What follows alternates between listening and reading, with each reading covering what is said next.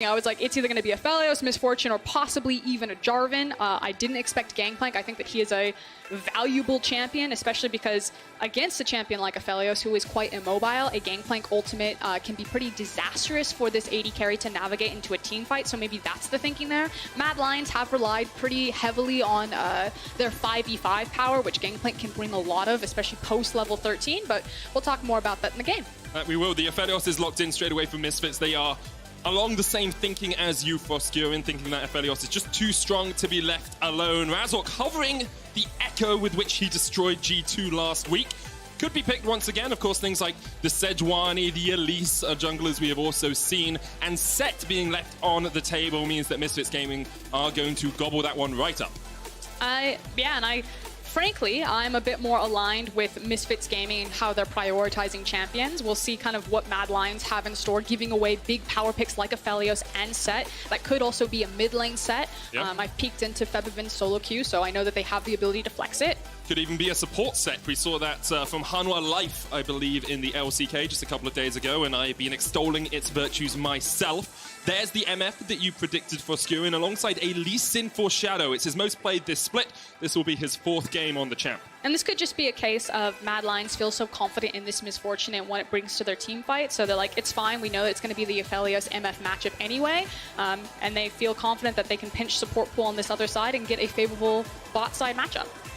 They do have the option to pinch as we get into the second phase of ban. Sejuani was the last lock for Misfits. And of course on 10.3, Sejuani did receive some buffs here. I think Sejuani is actually really important in context with Sett. She really helps melee champions stick to them, so this is constantly a pair to watch out for, that when you have a now buffed Sejuani in tandem with Sett, that he has a bit more leverage to get into the backline and cause damage. Definitely makes me think Mad Lions want to ban out Braum as well, because Sejuani, Braum, and Sett is going to be an absolute terror when we come to team fight. Zoe, the first ban from Misfits. We'll see where Mad decide to go with their second phase. If it's going to be a double support ban, which it's not going to be now that Diana's banned, I was going to say Braum Thresh. I agree with you, especially because grabbing the Braum seems like such a clear answer. How well he works with Aphelios, how much he can deny of Misfortune, how much he empowers things like Sejuani, but Kaiser was one of those guys that pulled out the Bard, so maybe Bvoy and Denyk are a little bit afraid to blind pick a tank support, just because you know that Kaiser has already shown that he'll take a caster or a mage support there and try to beat them down. It has played one Bard, one Yuumi game, so the Yuumi ban from Misfits seems fitting against Kaiser. Mad Lions, thinking about their last ban here, they already have quite a strong combination when we get to team fights. You said Mad Lions do like the 5v5, and MF and Gangplank teamed up can absolutely wreak hell throughout a fight. There's the Qiyana ban, and it makes me think Misfits will look towards that Braum pick. And again, this must be that Mad Lions are just confident giving away these power picks, because then you know exactly what you're going to face. So to me, I'm like, okay, Mad, you probably guessed everything that was going to come out from Misfits here. We already talked about the Braum and how it works so well with these champions. So is this going to be Kaiser pulling out, again, an Enchantress support to try to get the superior 2v2 down there? I'm trying to think what else I would pick if I was looking into Braum Aphelios. MF, Rakan is okay, I guess, but it's very easy for you to get locked up. What else has Kaiser played? As you said, he's got the Bard, the Nautilus is there, but maybe they're going to bring out something. Oh, it's going to be the Rakan. I was hoping for something a little bit spicier. The nice thing about the MF Rakan is that, similar to the MF Leona, you get enough CC duration that throughout the bullet time from Misfortune, you can still lay down a ton of damage, and it is relatively difficult for Braum to lock down the Rakan. I think it can be sometimes a skill matchup, depending on how confident you are on either side of it, but he is quite slippery even if you do tag him with the Winter's Bite. The worry always is if you get an Aphelios onslaught, the Q from the Severum gun, you can proc that very quickly. So we'll see exactly how that bot lane duo goes down. Ryze is the final pick for Mad Lions, and now we're looking for Misfits. Is this Sett in the mid lane, or is it going to be rotated up towards top where he usually sits? You expect that that would be a Ryze, so there's plenty of champions that Febiven can grab here if he doesn't want to take the Sett. Well, he's already got the LeBlanc, Diana, and Qiyana banned out. Those are his 3 most played this split. Alongside that, he's done Azir, which is now locked in as I look back towards the main screen. I'm not going to count myself predicting that one because it was already picked, but I'll give myself a little bit of credit. So you have really well-balanced compositions on both sides as we kind of take a step back and look what Mad Lions and Misfits have put together. And when I use the word balance, I'm talking about that there's points of pressure or points of power that they have at kind of every stage of the game, the early, mid, and late game. We often talk about kind of scaling tools. I think to the audience, it's pretty clear where the scaling options are for both the compositions, the Ryze, the Gangplank, as well as the Azir. But in terms of early game, Ryze actually works really well with Lee Sin in setting down lockdown if he can get that snare and give you a free sonic wave. And so I would call Lee Sin in this type of comp will be bridge, and that it's his responsibility in the early part of the game to look through heavy CC lanes and kind of get this composition springboarded through the early game into those later scaling portions of the game in mid and late. He's the guy trying to get Mad Lions past the 25-minute mark at not too much of a deficit, or perhaps in a lead. The bot lane for Mad Lions is where we think they have the most power just generally. MF and Rakan very powerful in the laning phase. Carzzy and Kaiser have had pretty exceptional performances so far for them.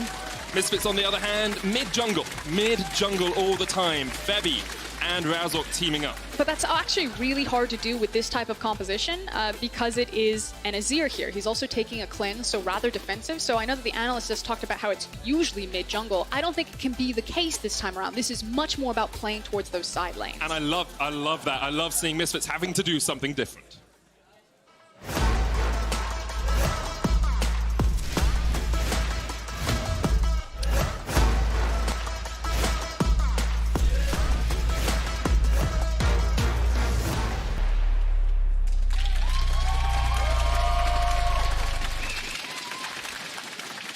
And back onto Summoner's Rift we dive. Misfits versus Mad Lions. A matchup that, if at the start of the split you had told me was for a position at the top of the table, I would have laughed in your face, Froskurinn. But things change not only week to week, but day to day here in the LEC. We have 6 teams fighting for that first spot. And it feels like we have 4 teams fighting for 3 spots. If you kind of assume or agree that it's probably going to be G2, Fnatic, Origin, not in any particular order, just those 3, and then you have this big meaty chunk of the Mad Lions, Excels, Misfits, and Rogues. You have 3 tickets left and 4 teams that are competing for them, and all 4 teams look really strong right now. I'd say recency bias says that Mad Lions and Misfits have the edge, but you never know what kind of form Excel and Rogue are going to show today.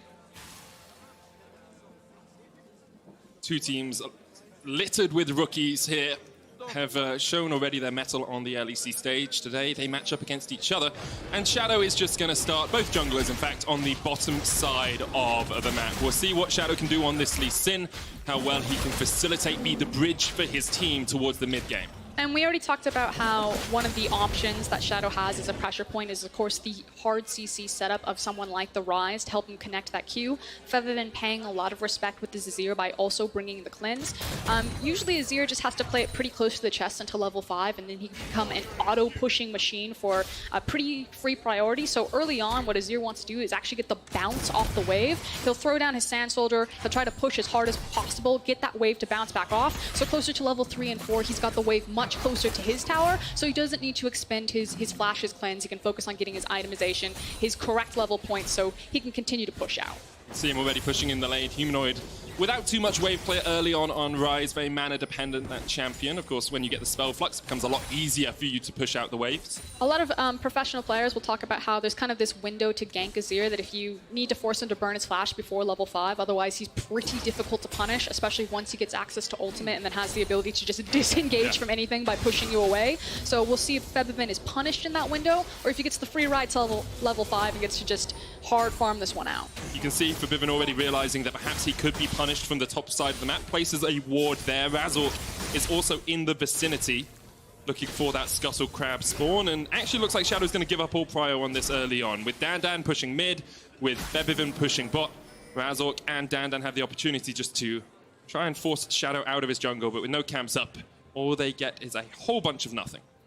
Yeah, Shadow just needs to play very respectfully to the fact that, like you said, he doesn't have priority in either his mid or his top lane, so he's really just information gathering and looking for counter ganks at this point. It's going to be a little bit easier when Ryze gets a larger mana pool to kind of compete with the wave push that Azir will set up. In fact, there was actually a ping that went down, so we'll see if he teleports back in and possibly tries to set up a play. There's a potential that Shadow could do Raptors, look mid, and see if Febiven missteps. Yeah, there comes the TP. There comes Shadow coming around the corner.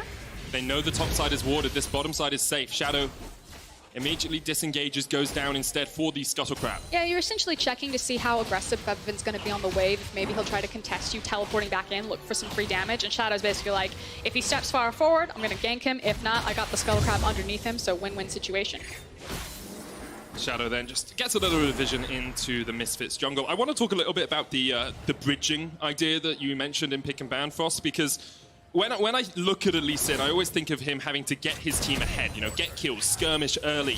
Is that the intent here with the Lee Sin, or is it purely to keep the game even as Mad scale up? I think that there's a couple of different reasons. I'll hold it, though, as Razork is looking for a potential gank. I think he's also just covering DanDan because the wave is a bit far forward. You don't necessarily know where Shadow is. You assume that he either took Scuttle Crab, then did Krugs as reset and heading top lane. But kind of going back to your point, we see this composition a lot from Fnatic, and by composition I mean the Lee Sin, Rakan.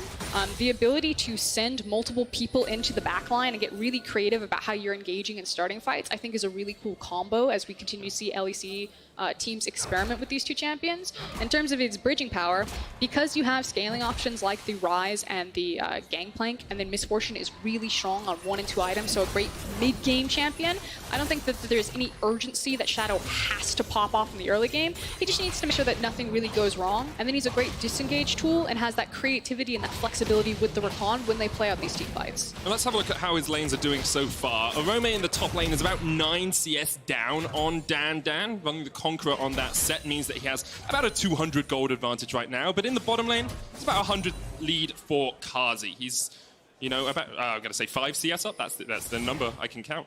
That was quick maths for you there, Froskurinn. It was quick maths right there. He's about 5 CS up, able to force Bvoy back, who has actually gone for the barrier on the Aphelios, where Denyk is taking heal. We'll hold it though. Razork might be able to get something on Humanoid here. Humanoid's overstepped just a tad. Looking for the slow. There's the Realm Warp, but he can be stunned out of that. Broken up. And Humanoid, that was greedy, my man. Goes down. First blood to Misfits. Shadow here for the chase as well. Doesn't need to expend his flash. So I think Humanoid felt confident being that far forward because he did have some deep vision in Razork's jungle. Unfortunately for him, Razork got underneath the vision, was able to make the gank very successful. And even in the fact that Febiven kind of disengaged initially, but was able to get back in time to find the necessary damage, because Azir does swippy swap away, and then Humanoid, I mean, there's no real reason for him to be that far forward. He's probably just overestimating, hey, I have access to Realm Warp, I'm probably fine to be here. But Humanoid does have a tendency to kind of make these mistakes or these type of hyper-aggressive calls. So we do have a pause. Also felt like the flash out was perhaps a little bit unnecessary. He was caught up. He still had the shifting stands. He still had a lot of damage. So Humanoid now has burnt his TP and his flash. Is a kill down in that lane, and that's only going to continue to snowball away from him as Febiven can keep putting damage down with his sand soldiers. I like to think of Humanoid as a player that when he pops off, you can see that EU mids man moment. But I think he has an issue sometimes learning how to lose gracefully. And so if you actually just like camp Humanoid, it's kind of feast or famine. You can really punish him, as we've seen multiple teams do, especially in the past. Or he gets the better of you because he's feeling hot that day and he starts to pop off. So. And that's the thing, like, if you look at his numbers, he's second in CS differential at 15 minutes. He's got the most solo kills of any mid laner. He can pop off. It's just sometimes it can also cost you the game. Do just want to give you guys information about the pause. It's Denyk who's paused it, reported some FPS issues, so League officials are investigating to make sure everything is hunky-dory.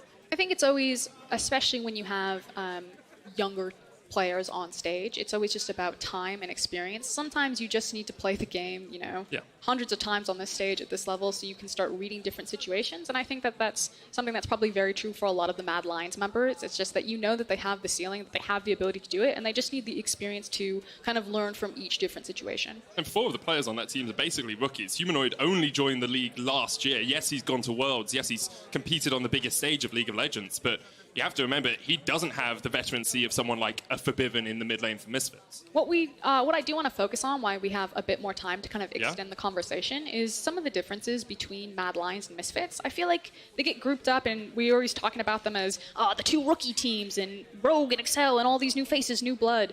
And it can be kind of hard to attach to why am I a Mad Lions fan? Why am I a Misfits fan? What are the differences between them? And I feel like Mad Lions are a really cool team because they have the potential to be what I call a trident team. Okay. So it's one of the phrases that I use from the LPL, and Victus Gaming would be a trident team, and that they have the potential to carry from every single lane, top, mid, and bot, trident, 3. And for taking the old kind of splice management behind Mad Lions, Peter Dunn and Mac behind them, and kind of teach them, it almost looked like a similar Splice style of the fundamentals getting set up, but now you have this new ceiling where, you know, old Splice was never going to be a trident team when you had Chachi as a role player up there, but now having this new squad of players, I think that's kind of like the intangible, let's say, X factor. Yeah. The potential that I can see with Mad Lions and the distance that they can go, and I'm waiting for that development to happen. On the other side with Misfits, I feel like this is a bit more of a controlled team, that you're not necessarily going to be able to carry from all of the positions. I think Bvoy, so far from what I've seen from him, is a great serviceable ADC. Like, if you set up the dominoes, like, he'll knock it down, whereas Carzzy will be the guy like, nah, I'm carrying the team fight right now. But there's that double-edged sword in the same way that Humanoid can't necessarily lose gracefully. I think Carzzy sometimes finds himself in the similar situation.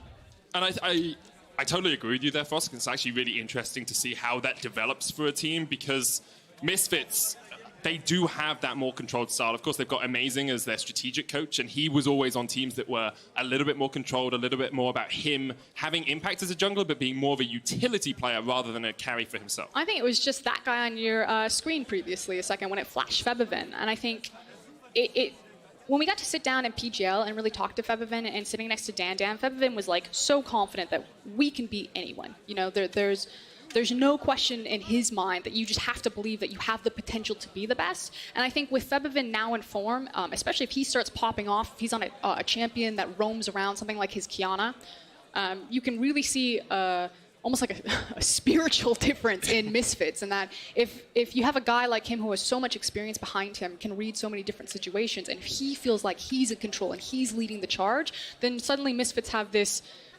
new breath of life in them, and boom, nailed the fill. We're back in game. Perfect fill. Gave you information, talked about things. But to finish my point, it can be a little bit harder. I'll hold it though. The dive can happen on Orome. He pops down the cannon barrage. DanDan has to flash away, but that's the second kill of the game for Misfits. Razork going up towards top and helping DanDan out. No trident today when Gangplank gets stove. Yep.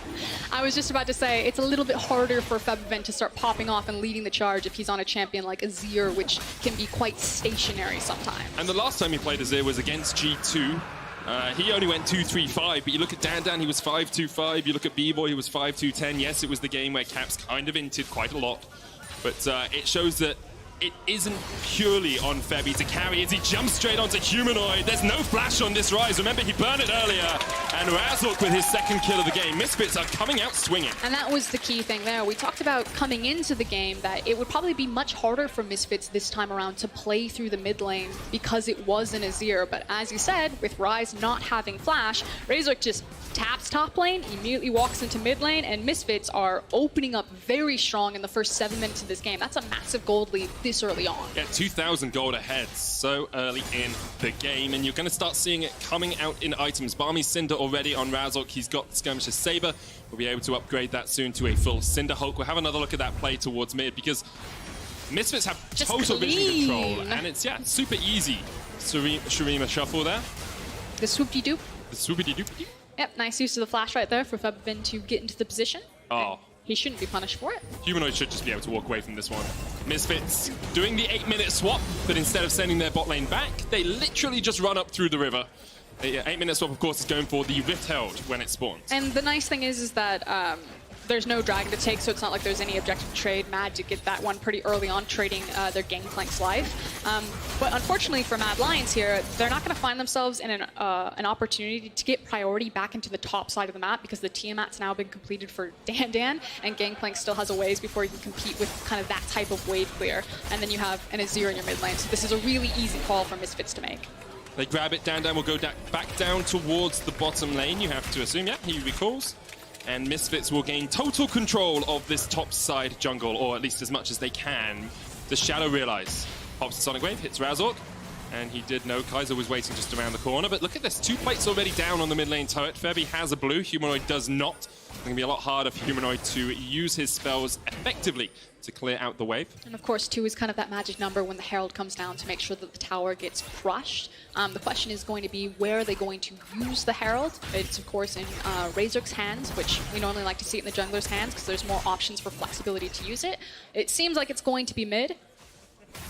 I think this makes the most sense. Shadow? But the thing is that if you don't need to open up mid lane if they use it. He could actually just be walking by to get it down to DanDan. But it's like Azir is fine to sit here and just kind of hoover up CS. Or just do this as Razork pops the prison across the wall. We wondered if Febby and Razork would be able to team up on these 2 champs. Well, they're doing it well so far. Cannon Barrage coming out. Kaiser flashes forward, lands the knockup, and Febby will die. Kaiser gets the first kill of the game for Mad Lions, but it's Misfits who are well in front so far. I mean, unfortunately for Mad Lions fans, this is turning into a mid-difference type of game right now. Humanoid is just getting punished in this 2v1, and time again, Febiven is finding these slide maneuvers on him. So I was gonna say, you could just sit there and hoover up all of the CS, continue to scale as Azir, and Febiven's like, nah, I'd rather just farm the champion. Who needs to scale? It's got the Nash's Tooth first. We know how much mid laners hate Luden's first on Azir, and once again, so clean. It's so clean. It's just perfectly positioned from Febby. I assume Humanoid just thought he was safe because he was so far back underneath the turret. Also credit to Razork, the ability to see where this Ryze is going to land. You know, there's not really a delay. It was kind of Ryze got swept to the side immediately into a Sejuani ultimate, perfectly chained. So really nicely done between the mid of Misfits and, Febiven and Razork. We talked about it how I felt that Misfits had the stronger mid-jungle duo, but I gave the emphasis to Mad Lions for their bot lane. Unfortunately for Carzzy and Kaiser, they've been unable to really participate in anything, although have opened up a 10 CS lead in their favor. Yeah, and we saw that developing early on. 2 for 1. Really, as a support main, this is top notch. That's payday. He's going and getting a nice dono after this. He's like, oh, I can afford it. But only 2 wards out there for Kaiser as Misfits now look to push in this middle lane. Rift Herald is popped. You did wonder where it was going to be put, but that should just charge in and take down the plates.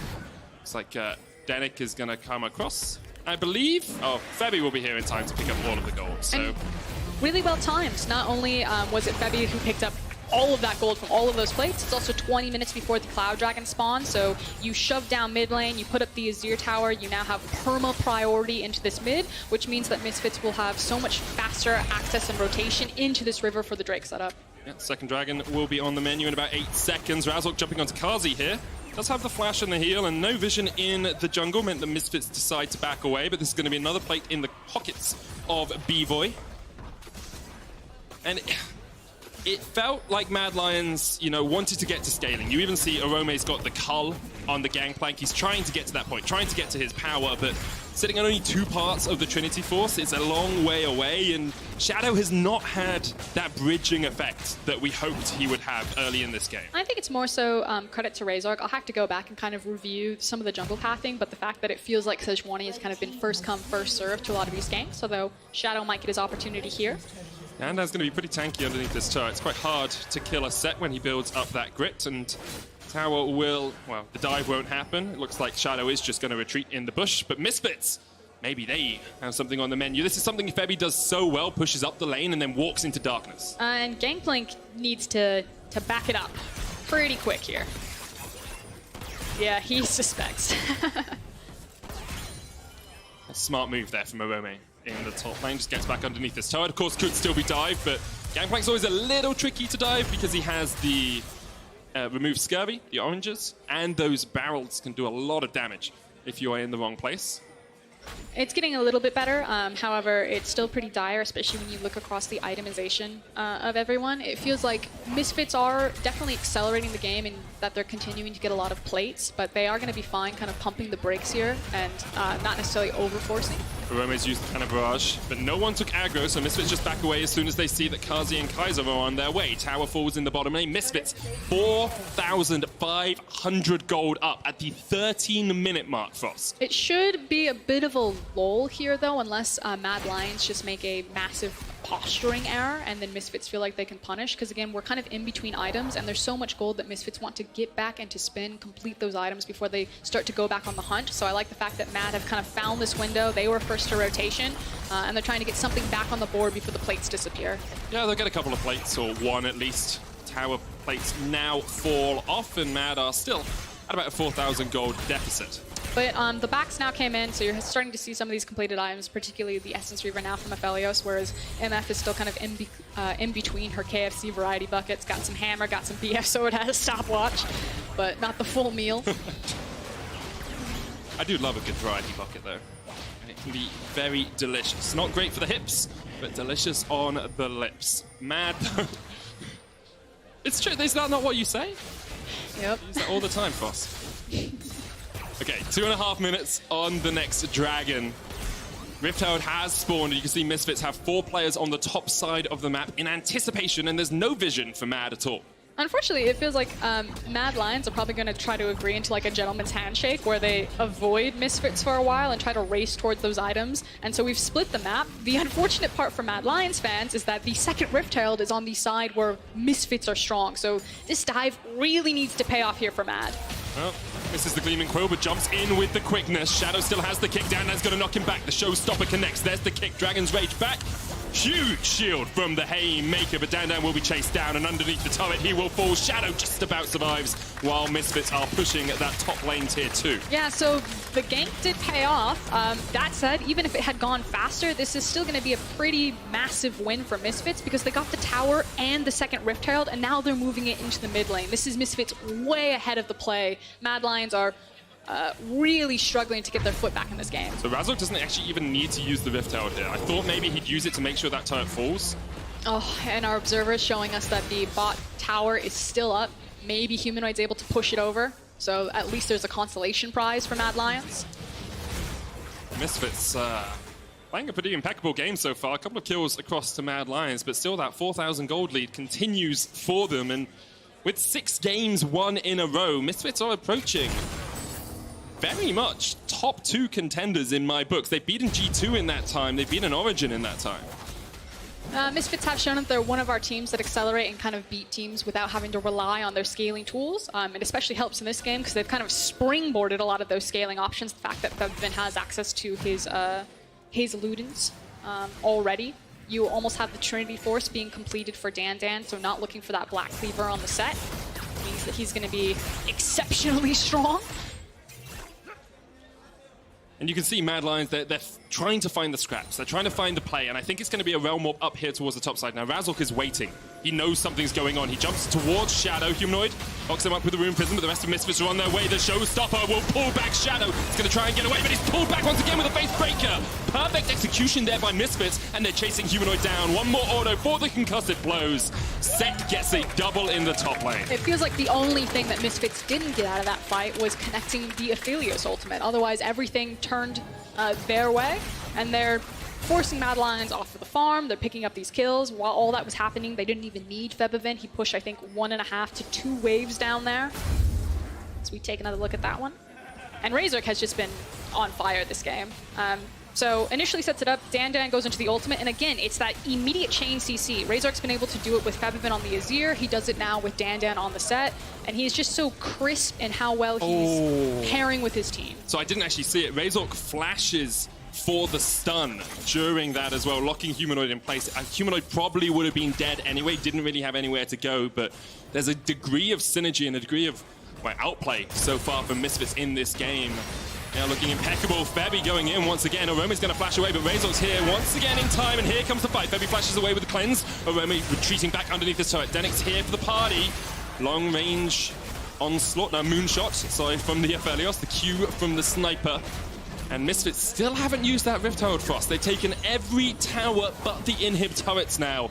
We're only 18 minutes in the game as well. They are playing at a blistering pace. And it's exceptionally clean right now. You push down that bot tower, you have complete access over this Infernal Drake. It's going to be pretty free to pick this one up.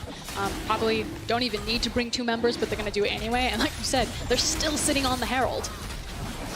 Humanoid looking for the second turret of the game from Mad. Not going to be able to acquire it as of yet. He has been farming up in the side lane, has about a 15 CS lead now over Febby, but Still hasn't got the Seraphs, only sitting on the Rod of Ages at 4 stacks, whereas Febiven is at 2 completed items, not 4.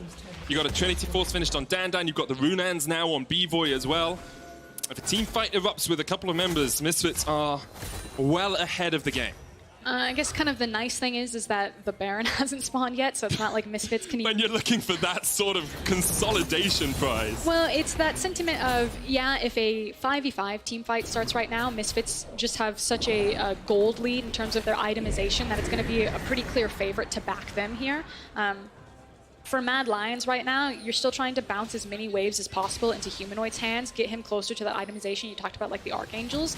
And because it's armor and health right now on DanDan, maybe you try to get Ryze to a point where he can stand across from Sett. I'm not super familiar on how or where that breaking matchup point would be for Ryze versus Sett, if he'd ever win over into the side lane there, but doesn't have any MR so far. Well, Rifthold is plodding its way along this top lane. You can see Humanoid has teleport. The tower comes down. Rifthold still at full HP. She's going to get a charge in at least onto the turret. And Misfits actually 5 members strong here because DanDan's on his way. Eyes on Razork and Febiven because they see Humanoid's away. They want to start the fight. The route. Carzzy goes gold and Kaiser's going to lock it up, but the turret's already gone. And Misfits can keep pushing in because DanDan, knocked away with the Dragon's Rage kick. This should be the inhib. Misfits secure it. First inhibitor of the game, 20 minutes in, and still Humanoid pushes in the bottom lane, all on his lonesome, all by himself. Kaiser jumping in, but a great stopwatch from Razork. There's the bullet time. Connects on 3, but Kaiser falls. Orome's going to try and chase Bebby here, but Bebby can just shuffle his way away, and Humanoid backs away from the inhibitor tower. They're actually pinging onto the Baron right now. I'm curious how brave Misfits are going to be, especially because there's a lot of vision from Mad Lions. I don't think they're going to pull the trigger on the Baron because they found the ward, although they've canceled their backs. Oh no. Okay, is Humanoid going to teleport in? This could be the turning point. This could be it for Froskurinn. One moment for Mad. Oh, Orome doesn't know. Orome doesn't know. Behind enemy lines, they back. Okay, I was hoping for more than that, I'll be honest, Ross, but... No, they definitely... Misfits are sitting on so much gold and didn't have the health. They actually just wanted to go out because, like, okay, if we reset, get back control of our waves, we can set up the Baron. Like, we don't need to overreach and force here, because if they did and they were punished, that's the one way that Mad get back into this game. So, really nice patience shown from the Misfits squad to not overreach their hand and get a bit too greedy. And the read here was, Misfits see that Humanoid's on the side, so they have to find this engage, and they want to ace here because if they kill Mad Lions, they end the game. Shadow saves everyone's life by disengaging DanDan through a member of Misfits, but most importantly, making sure that the Sett doesn't get the ultimate off. And then at this point, Mad Lions actually just want to chase. If they get kills, that's fine, but you're not necessarily looking for the ace there. They're just looking to buy time for Humanoid. See Kaiser trying to do what he can on the Rakan there, looking for the engage, but Razork quick on the trigger with the stopwatch, and no one else was really squishy enough to fall. It's a bit of a shame, of course, for Mad that both the kills in that bottom lane did go over to Kaiser, and now they can two-man this quite easily. Azir will just shred through a Baron very quickly, and the rest of the team are just sitting in mid. You can see no vision from Mad. They have no idea this is going on unless they have the Spidey sense. They probably do have an idea for Froskurinn, but they didn't see it, is what I meant. And here we go. Cannon Rush coming out. Razork's actually gone quite low to this. Shadow trying to get in. Denyk trying to act as a bodyguard. But here we go! Oh, it's Febiven who secures it. Razork has to flash away. He's ticking down to the Ignite. DanDan now with a massive haymaker. Long-range Moonlight Vigil from the side. The showstopper. DanDan not able to get it, but Bvoy just ripping them apart. Shadow able to dodge around. He jumps back in. Shadow, what are you doing? Oh, Shadow, you're mad! Couldn't quite get it. Bebby able to survive, and now he's going to run towards those Nexus towers. Heroic moment from Shadow right there to try to save the day, but they get multiple Barons out. Excuse me, multiple Barons. He got one Baron out. I was saying, yeah, heroic movement from Shadow. Yeah, I was a doubter for Froskurinn, but he somehow managed to get 2 out of that fight. Thought he was just diving into his demise. And they were chanting a minute ago, I promise you. The cameraman's like, I've got the crowd, the 6th man behind them. The crowd goes silent.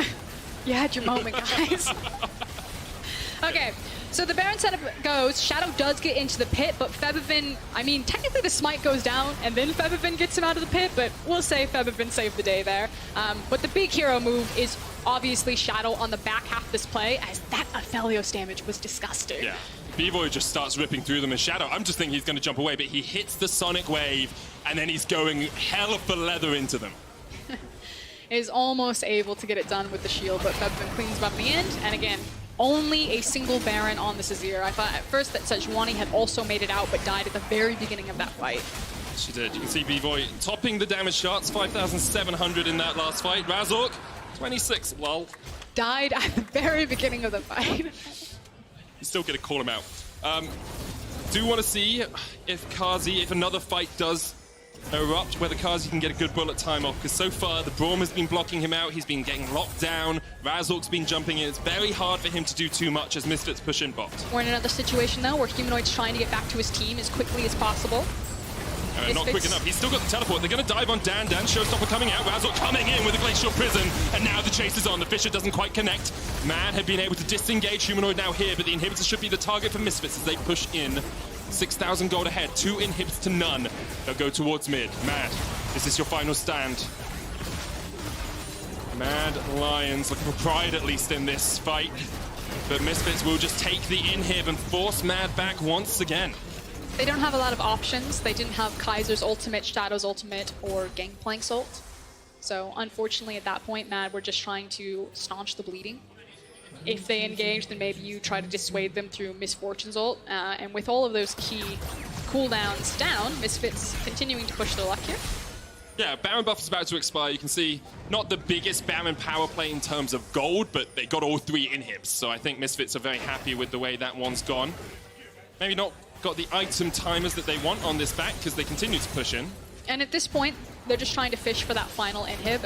If Misfits see their opening, which they have Sejuani's ultimate back available to them, of course they're going to try to take the fight. But otherwise, you're probably just waiting for the Infernal Soul. Yep. 3 minutes away for that Dragon. Misfits have got 2 of them already, buffing up the AD and AP. And now Denyk's going to step forward, rooted up. DanDan had the flank. Showstopper locks up one. Humanoid is right in the middle of the team taken out. And the bullet time really doesn't do too much. Right between the goalposts. Misfits now will get... Oh, Aphelios, long range. The Moonlight Vigil on the chase. You can see the damage coming down already. Kaiser has to jump away, but he has already been killed. And now Mad Lions only have 1 inhibitor tower. Their Shadow kicks him away. Gets 1. The chase is on. Orome Shadow able to escape for the moment, but he will be taken down by Febiven in the end. And now it's Carzzy and Orome versus the world. And these Mad Lions really, well, their bark was worse than their bite. Misfits once again shuffle in. Febiven's gonna fall, but the Nexus should be the target next. Misfits, for at least 1 game, are gonna claim first place by themselves in the LEC. And in all honesty, 7 games in a row this team has won. 7 games in a row with 2 rookies, a guy you brought over from South America, a guy who played Nocturne top at the start of the split. I think no one expected this from Misfits Gaming. I mean, I don't know. I'm going to call it as I see it. They just kind of hard flexed on Mad Lions. They did. That was not a close game. That was very cleanly closed out from Misfits. Their ability to accelerate games is very impressive, not just in this particular matchup against Mad Lions, but if you go all the way back to their game against Origin, their ability to kind of blow people apart in the early game. And I think that's what's so exciting about this Misfits squad is that they're not relying on trying to outscale their opponents. They take the reins, they take the lead, and then they run you over. Exceptional stuff all around from Misfits. Mad Lions, of course. That was a tough one. That was a tough one. I feel like there's lessons to be learnt. Perhaps too much scaling. Perhaps they needed something more in the early game. Perhaps they just needed to play better on the day. I think it was the fact that Misfits mid-jungle just snapped Mad Lions in half there. Shadow did have his Hercules moment there when he tried to save the day, but it just looked too easy for the Misfits squad. We'll see Mad Lions back in action tomorrow, of course. Misfits now leading the charge. You can see 3 players who you can vote for Kia Player of the Game at LEC on Twitter. Razork, Febiven, and Bvoy. I know who I'd give it to, but I've been told not to sway people's votes by saying it. I haven't been told that. You give it to the jungler. Exactly! Give it to the guy whose name is Razork. May I remind everyone that while Febiven was hard flexing in that mid lane, all of the chaos and the bloodshed started in the top lane with that gank from Sejuani. So and jungler kicked it off. He went straight mid lane. He kept ganking. Razork's having an impeccable split so far, definitely putting his name in the hat for Rookie of the Split. probably quite far up there in terms of exceptional rookies, I think. And we've had quite a few good ones this year. I mean, he basically looked Carzzy in the eyes and he's like, you think that's yours? It's true. It's definitely true. In just a minute, I think we're going to have an interview with Denyk, the support from Misfits. But before we jump on over to them, is there anything else you'd like to say about these two teams? I'm very pleasantly surprised. It feels like it was kind of a warm-up to see who kind of figured out the fundamentals of LEC Professional League of Legends. Mad Lions and Misfits have both managed to do that, and now Misfits are just stepping on the gas and accelerating over the competition. They definitely are. And to hear more about Misfits' acceleration, we're going to hand it over to Quickshot, who's standing by with Denyk. Thank you very much, Medic. I think you'll find I'm sitting down with him, in fact. Denyk, you made that game look easy. Why was it so convincing for Misfits to win? I think we just had a really good draft, so I think all credits to our coaches, and yeah, it was easy because of the draft. Man, I mean, it's great to hear. It's great to hear the support staff and the impact they're having. I've got one specific question I want to talk about, the Baron fight. It looked like you guys had the game in the bag. Baron kind of looked like it was going to be 50-50. The team fight goes 4-for-4. First of all, what happened in the fight, and what was the communication like for you and the team? I think we just knew that we can take the Baron because Febi still had a ult, but we kind of miscommunicate and he just ulted the Lee Sin a bit late. But yeah, luckily it went for us, so thank God. Well, yeah. I mean, it was incredible. The end fight, of course, Bvoy comes in with that Aphelios and does like a lot of cleanup. When he went down and Shadow jumped back in, did you get a little nervous that this team fight was, could have a bigger impact, or were you still confident you're going to win the game? I mean, I'm always confident in my boy Ivan because he never loses the smite. But yeah, when I saw Lee Sin jumping in the pit, I'm like, Ivan, please smite it, smite it, smite it. Nicely done. Well, look, when we zoom out of the game right now, you guys on a 7-game winning streak, alone in first. You finished the first round robin, 7 wins and 2 losses. What do you say to all the fans and the viewers out there that were predicting Misfits to be 8th, 9th, 10th? Had no expectations, and here you guys are on an unprecedented win streak in 2009 and 20. So I think we have just a nice coaching staff and nice players which are working really hard, and that's the reason why we are improving every week. And I'm glad that we prove the predictions. I'm like that they were bad, exactly. Where does this end? Do you think that this win streak will go all the way to playoffs? Do you think you guys can win the whole split?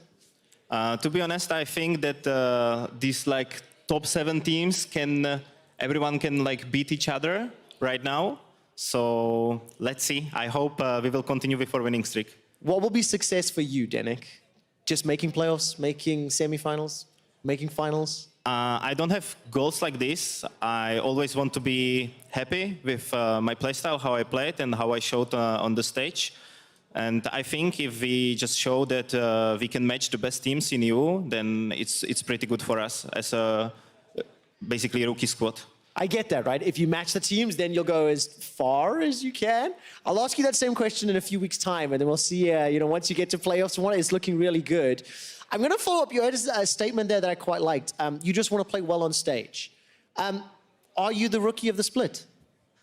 I think it's a pretty hard question because I'm not playing still my best champs, only Rakan. I think my Rakan games were pretty good, but if your jungler picks a new champion, it's pretty hard to get the MVP, even if you smash the bot lane. It was a G2 bot lane, but we still smashed them on the bot. But yeah, Ivan just picked Echo, and it's impossible to get MVP then. Okay, so what you're saying is for Denyk to win Rookie of the Split, coaches, you have to step up to the plate. Just quickly before I go, did you know that the 0-8 that you said caps as bot lane is an all-time European record for deaths at 15 minutes? No, I didn't really care about this. I think he just went to the game with overconfidence and we punished it, that's all. Congratulations, 7-2 to finish the first half of the split. We are heading to a break and we'll see you in a few minutes. GG, dude. That was awesome.